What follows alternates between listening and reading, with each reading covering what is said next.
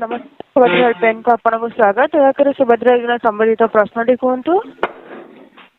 Ma'am नमस्कार। आज्ञा sir.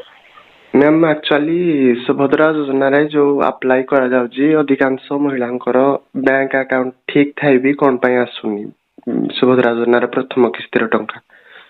आज्ञा सर हम क्षमा चाहबू आपनकर असुविधा पई का आपनकर बैंक डॉक्यूमेंट सब ठीक अछि आपन कहउसंती।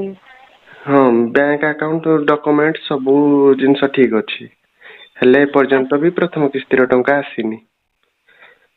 अच्छा सर हमें बुझी पाछु आपनकर आधार लिंक सब आपनकर डीबीटी एनेबल अछि आपनकर बैंक सहित। हां हां मैम हां।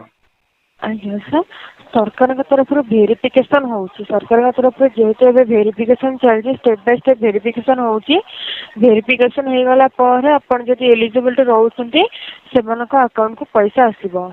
अच्छा तो जो एलिजिबल हैला परे तो से डेट टा केबे आसीबो। सर सेमिति किसी डेट नहीं आपनकर जो जेबे भी वेरीफाई हबो आपनका अकाउंट को पैसा आसीबो। अच्छा आज्ञा धन्यवाद मैम। सर आपनका नाटी जान परिबे। मैम मोर नाम आपण कहा पे आवेदन करथिले मु उनका नाटी जान परिबे बयस जान परिबे कर बस 39।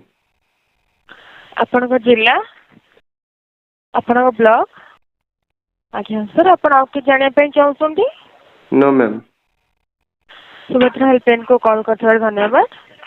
Okay ma'am.